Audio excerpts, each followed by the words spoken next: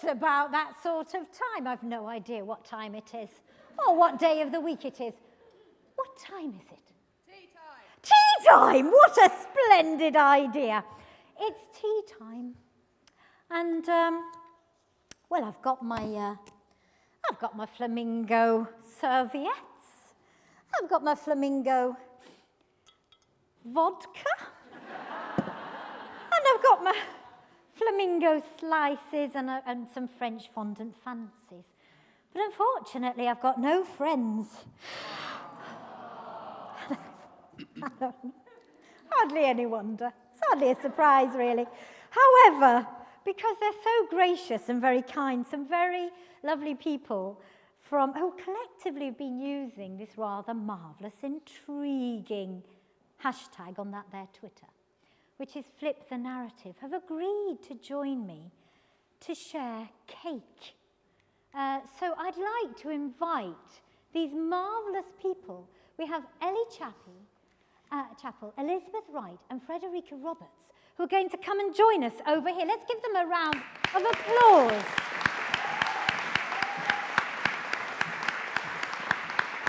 And we're going to have, would you like a little vodka? Yes. Vodka. Yes. Now you're thinking, it's actually water. You'd be wrong. You're thinking, well, it can't be vodka. And you'd be right. It's gin. So we'll enjoy our little gin this afternoon. And we'll eat some cake. Is that all right? Now, Elizabeth, you like cake, don't you? I do. You do. You do like your cake. I'm just going to make sure we can hear you. Okay, you do like your cake. I'm hoping that is on. We're hoping. Oh, a little button under here. It's on. You like your cake? I love my cake. Okay. Do you like cake?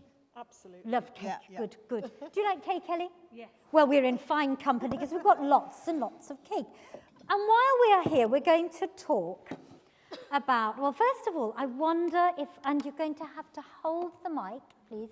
I wonder if we could just do some, oh, look, my froofy skirt's not behaving itself in my lovely parlour. I wonder if you could do an introduction about yourself and a little bit about what you're interested in. And then we're going to have a conversation about resilience and well-being and what flip the narrative might mean and character education. And then I believe our good friend, Mr. Action Jackson, you are in charge of the chuckable mic, and we're going to chuck this towards people, and they're going to catch it and ask a question. Yes. So, yes. Oh, yes, it works. So, let's start, please. Thank you. And thank you for joining us. Thank you. My name's Elly Chapple. For those of you who follow me on Twitter, you'll probably know that I'm all about the hashtag flipthenarrative. And my story is that all of my family are in education. My parents are teachers, my sister, my brother teacher. I didn't go into education, I went into business. But I found myself back in education, predominantly because of my eldest daughter. Her name's Ella, and she is deafblind, and we currently have been educating from home for 3 years.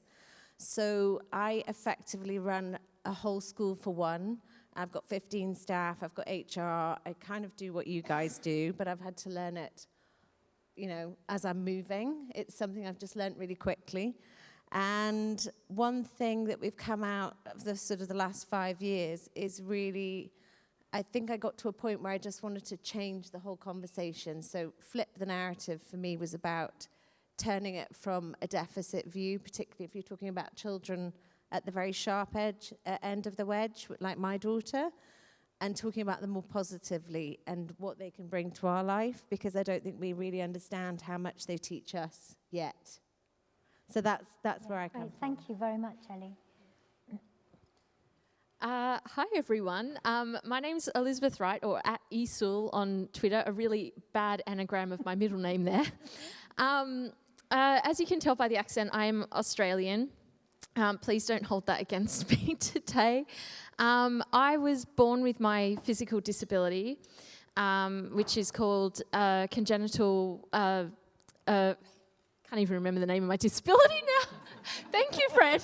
That's really bad. That's really strong It's gin the there. gin. It's the gin. I do apologise.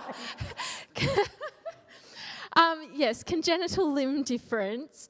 And I was very determined as a child, and the way that my parents kind of raised me was to be determined, to be really resilient, really focused, really aiming to achieve what I want to achieve in life, and that resulted in me competing at 2 Paralympic Games and winning 3 Paralympic medals. That deserves a round of applause.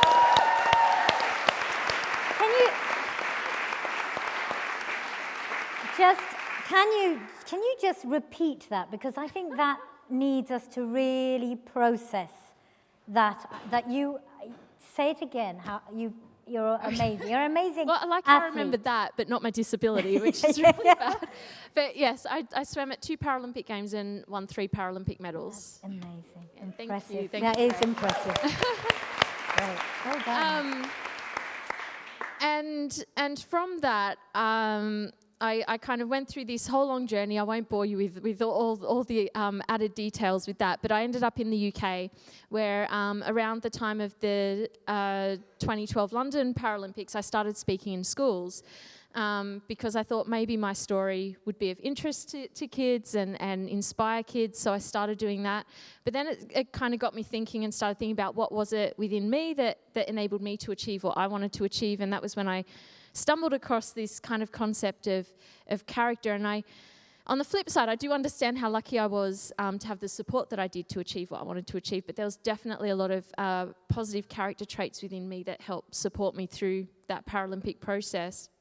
And it's kind of led me to this point now where I work with Fred, and I've started kind of having these discussions with Elly, and I did a TEDx talk last year where I kind of where I combined character and send, and spoke about how we've got to be flipping that narrative, basically, and starting to look at the strengths and empowering young people, not just send kids, but every child. So, thank you very much. Wow. And Fred, what is your take on Flip the Narrative, and tell us a bit about yourself, please. Okay, well, difficult to follow the whole Paralympic triple medalist thing. Right, no pressure. I did actually train as a teacher many years ago, back in 1995, but I didn't go into teaching straight away. I went and did other careers, amongst which I spent about 12 years working in recruitment and ran my own business. And it was throughout that period I noticed that things would happen in my life. I've got 2 daughters who were born with severe congenital heart defects, as they call them. But it was always quite tough. We'd have these times when I'd have to drop everything, and there'd be a crisis, and I'd be in hospital with one of my girls. And then I'd come back to work, and I'd just be me again. And people would always say, how do you do this? How are you always so happy? How are you always so upbeat? How do you keep bouncing back? And at first I used to say, well, I don't really have a choice. I just do what I've got to do. And then I started thinking about it, and I thought, no, actually, it is a choice I'm making to actually be happy and to see the best and to be grateful, as Action Jackson was telling us. And I thought, as I got to a point where after 12 years in recruitment, I was looking for a different career. I thought, what am I passionate about? What do I want to do? And I realized that actually one thing I did know how to do and be is be happy. And I kept answering the same question on a one-to-one basis with people. So I thought, there must be a way to do this better, right? I should be able to share this with more people. I know, I'll write a book and I'll start speaking. And so I started writing a book, Recipe for Happiness, and I was quite shocked and a bit disappointed to find that so many people had actually researched this, and that it wasn't that I'd invented something amazing. There was actually lots of research out there, but actually the plus side of that was it's not just me. There's some real solid evidence here that the things that I'd been doing actually work for other people too. And so I started my speaking journey and training journey into that. And people kept saying, why don't you do this in schools? People need this in schools. Kids need this. I'd left teaching, having spent a couple of years teaching part-time. I'd left through extreme stress. I woke up one morning, had a horrible, horrible panic attack and vowed I would never set foot in another classroom again. And so it took a bit, I resisted. And my first experience of speaking in a school was an assembly to 230 14-year-olds.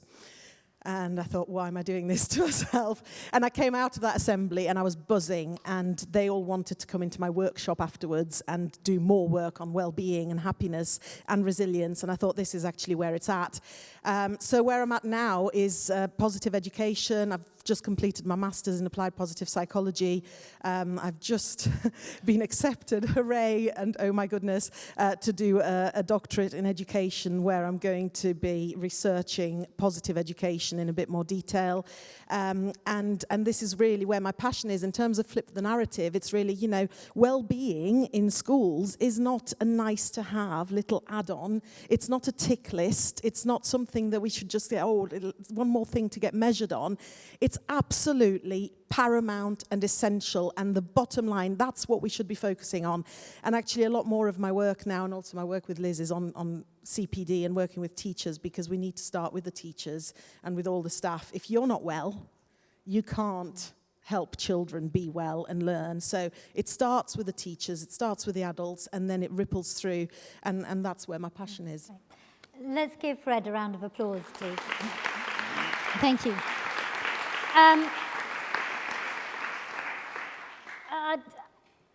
The Secretary of State for Education, Damien Hines, is very interested. Why are you chuckling? He's very interested in character education, and it's a thing now, apparently, and it's something that we're going to be teaching, character education. I wonder if you have, and why you were chuckling, both of you. I wonder what you guys must have thought quite a lot around resilience and well-being and character education, and I know it's something that you talk about. Do you have a view on where it is taught really well, where it's taught badly, ideas for us to think about? Anybody? Elizabeth, are you happy? Yeah. You're nodding at me, Fred. Okay. Yeah. This is where I didn't mention in my introduction, I am actually on the dissertation end of doing my MA in character education at Birmingham University at the Jubilee Centre for Character and Virtues, which I believe was kind of in consultancy with the government around the idea of character education.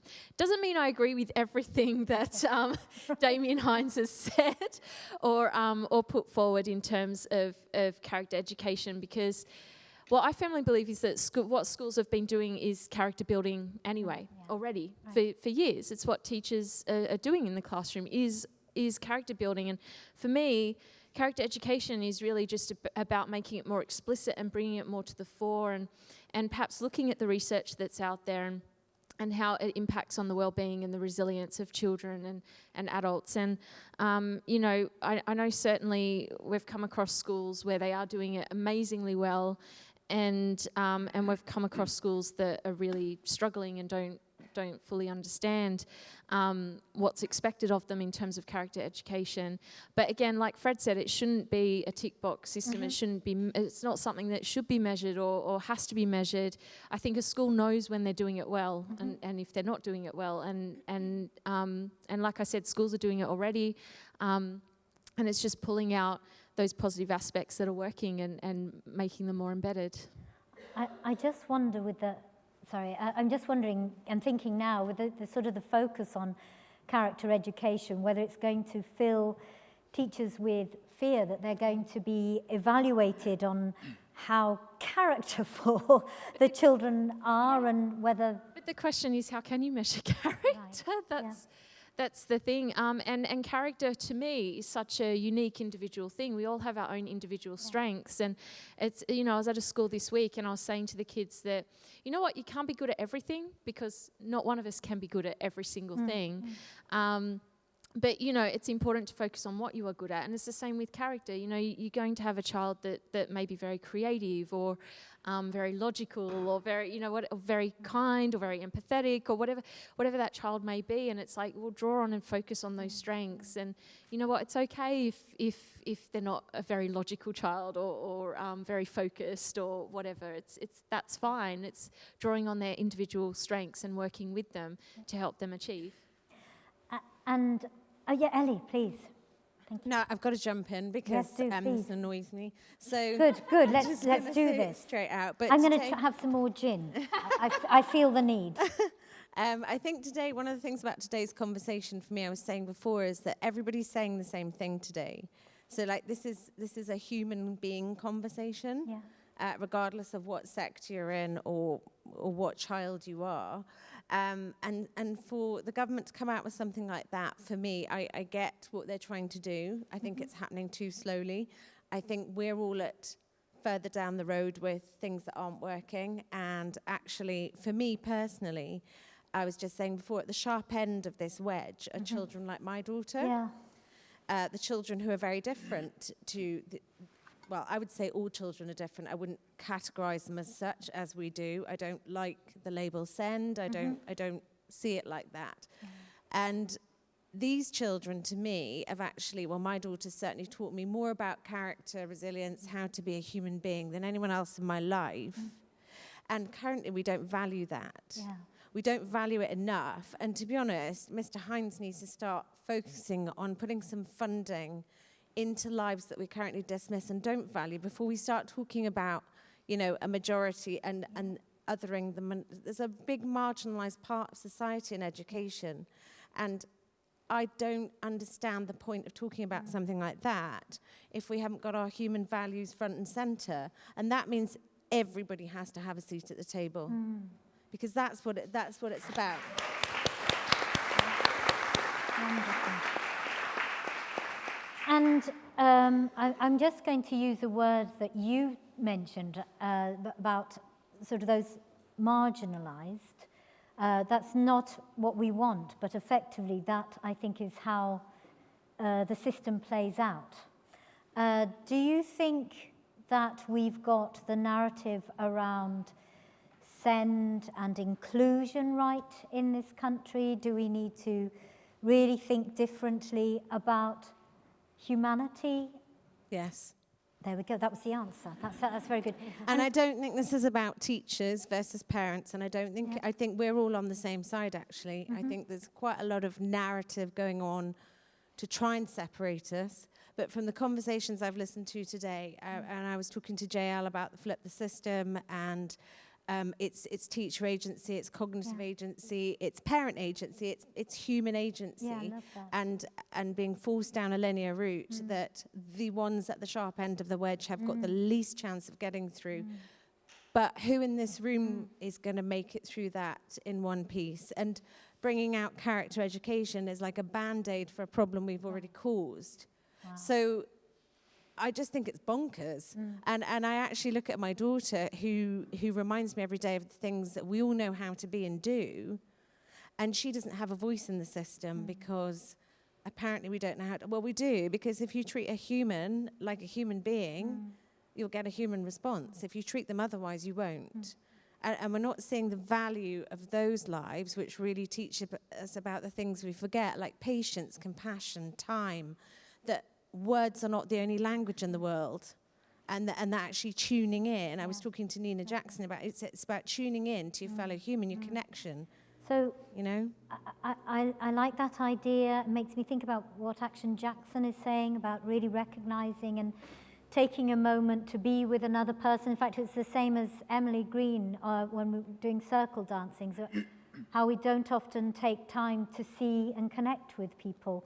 And Elizabeth, I love your point about celebrating the uniqueness of the children, the creativity, and children having different skills and talents. And I love that. But Fred, I'm wondering whether you think the system currently allows us to really recognize the humanity and the differences and the great strengths that we have, or do you Yes and no. I think, well, a great man, Dan Morrow, CEO of the Woodland Academy Trust. I've spent a lot of time interviewing him for the book I'm just finishing at the moment. And he said something really wonderful to me. Actually, if you have a chance to chat to him at any point, he speaks in quotable snippets and he's very inspirational. Everything sounds like a proverb when it comes out of his mouth. But he said something to me which was, I think, answers that really, which it says, you know, we should never just accept the system that we're in and just say, well, this is the system and this is what we've got to work with, so that's it. But equally, we do have to work with the system that we have. So I think it's not an either or. We have a situation that we have, and it's not ideal, but actually, you know, I have spoken to so many teachers and educators around the world, actually, to research what's happening in terms of positive education all over the world, not just in the UK. But I have spoken to the majority of teachers and educators here in the UK. And what has astounded me is actually in a system that is so imperfect, in a system that is really not set up for us to focus on well-being, in a system that has all these inequalities and that is excluding people and all of that, that actually, where there is a will, there is definitely a way. And there are teachers and there are school leaders that are doing phenomenal things. And really that is from where you've got people like CEOs of academy trusts who have actually decided, you know, this is how I want education to be, and they're just doing it, and they just go, well, here's the rules, here's Ofsted, and I choose to interpret that in a different way, and this is what I'm going to do, and it's my responsibility to then be able to justify what I'm doing. To one person I spoke to who was a lone voice in one school where he decided that people needed to be kinder. And one teacher, he wasn't in any kind of leadership position as a formal leadership position, but my goodness, was he a leader. One person, and he just got everybody to put kindness on the agenda, to do kind acts, to notice kind acts, to tell other people when they'd seen kindness. And he really changed that culture as one person. Unfortunately, of course, when he left, that kind of died off. But the thing is, as one person, if you want to do something, you can. And I think we've got to start somewhere, and I think there are risks with you know, looking at what the government are doing with character education. And yes, it might end up being a bit of a tick box exercise. It might be another stick to beat teachers with, and that is a concern. But actually, I see it as a bit of an olive branch towards what we're trying to do, and I think it's a start, and we can take that and we can run with it. So taking that point, and just before I ask my wonderful guests here for gin and cake, I'd like you to start thinking of some questions you're going to ask our illustrious and amazing panel here. No, we're not a panel, we're just having a cozy chat around my house. So think of, multitask your questions, please. Fred, you're quite hopeful that there are things that we can do, things that teachers can do. So I'm going to ask you now in turn, just before we start taking some questions. You've got an audience here of, hello to our viewers at home, millions, and you're speaking to the nation. And the DFE are paying very close attention to what we're doing here, because change happens in this space. What do you think we can do as individuals? What can we do as schools or school leaders, school teachers, governors? What can we do to flip the narrative? Do you want me to speak in the microphone? I do. It's the gin. I think for me, because you know, I completely understand what Elly's saying. I completely understand. As a child with a disability who went through mainstream school, and you know, we were discussing earlier today that my parents had to fight to get me into mainstream school. The education department in New South Wales wanted to send me to a special school. Mum and Dad dug their toes in and insisted that I go to a mainstream school. I went for a 3-month trial. I passed the trial because of course I did. And it meant that I could stay at the mainstream school. And I think what astounds me is that we're still having the exact same conversation 35 years later, not just around SEND though, but also about well-being and resilience and all that stuff. You know, it hasn't been changing quick enough. I think we have to learn from previous mistakes and systems that haven't been working, and we have to really look at kind of the research that's coming out. But not just the research, but also talk to people and understand the lived experience that people have, and work with them in that respect. And that's where it comes back to relationships, as we've all been saying. So I think, no more tick box, no more prescriptive kind of this is how it has to be, but just let's have these discussions, let's listen to each other, really listen to each other, and understand and empower ourselves that we can make the change that needs to be made. Wonderful, thank you.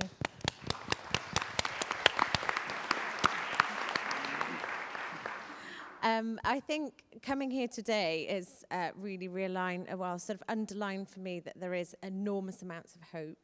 And I think sometimes you can feel very isolated because of the jobs everybody does. But I picked up a couple of themes that have really sort of resonated. One is this data thing. And Brené Brown talks about data she says, data with soul, or soul with data. There's a saying. So one thing I would say is that I thought about that a lot, because she was saying that's it, maybe the research is just data with soul. Mm-hmm. And I think the danger we've got is that if we're not careful, we're going to lose our souls to data. That's my concern. My daughter's not a piece of data. Yeah. She's a human being. Yeah. And there are hundreds of kids out there without an education currently who deserve one. Mm-hmm. And they are not data. They are people. Mm-hmm. And I would really like everybody to just remember all of them, not the ones that you might see and the ones you don't, but all of them, because if we can accept all of them, I think we've got a chance of getting this right, because it really is about all of them. You cannot exclude any one of them. You've got to be able to say, I'll give it a go. Yeah. And that comes through the teacher agency. We've got to trust teachers. They know what they're doing. We've got to have really good senior leadership. We've got to have all the kids, and we've got to work the solutions out ourselves. There is no point in just chopping off the bits we don't know what to do with, because they will regrow and something else will happen, and we can have like 1 billion policies for this, but it actually comes down to how we treat people and how we value everybody in the same conversation. Beautiful. And I know I'm pushing my daughter, but I've seen my daughter went blind in the system. That's how bad it was. She didn't go in blind, she exited blind. And there are hundreds of kids who are physically hurt daily, and then you end up somewhere like Walton Hall if that's the way your life goes. So I just would like to say, remember who they are as well, because you might not see those, and they are the hidden currently, but they've got to be in this conversation, because what they bring to the table for me is that they really teach us about what humanity is about. I've never met such authentic people like my daughter. It's unbelievable how authentic they are, and we really strive to be like that, but in another breath we're dismissing them. So I think we've got to have this collective view to really get under the skin of how we're going to find the solutions for everything, because I know we can do it, but unless we connect as one, lovely. I don't see how it's going to happen. Thank you. For those of you who follow me on Twitter, and if you don't, I hope you will now, because we can carry on this conversation. My hashtag is #OnlyConnect, because I think it is about those important relationships. And just to pick up your point and reflect back to something that Professor Robertson was saying this morning, she was saying, let's move away from AI, that is about digital world, to authentic intelligence. So thank you very much for that. Fred, what can we do? And then we're going to hand over. Please be primed for your questions. We're going to hand over to you. We really want to get some dialogue going. And anybody who asks a really good question gets a cake. What can we do? Well, the great thing is, in a year from now, there will be a book out called For Flourishing's Sake that will give you lots and lots of examples of what you can do. But really, it is that. It's connection. It's human connection. It's human values. And it's tapping into that. And pretty much every educator I've spoken to and everything I've looked at in terms of academic research, if you look at, what is the fundamental, what are we trying to do? It's really about, before we think about academics, before we think about any of the stuff that we get measured on and assessed on, etc., we need to make sure that everybody is well, or has at least the opportunity to be as well as they can be. And without that, you know yourself, if you're just having a rubbish day, you can't do a great job, whether you're teaching, whether you work in an office, whatever. So how we're expecting children to learn and to actually lead the best possible lives they can lead if they're just not mentally well is beyond me. So, and everybody I've spoken to have said, this is our first, the ones that are doing it really well, they're the ones that say, everything we do with a question in mind. How is this affecting people's well-being? Well-being has to be the core principle.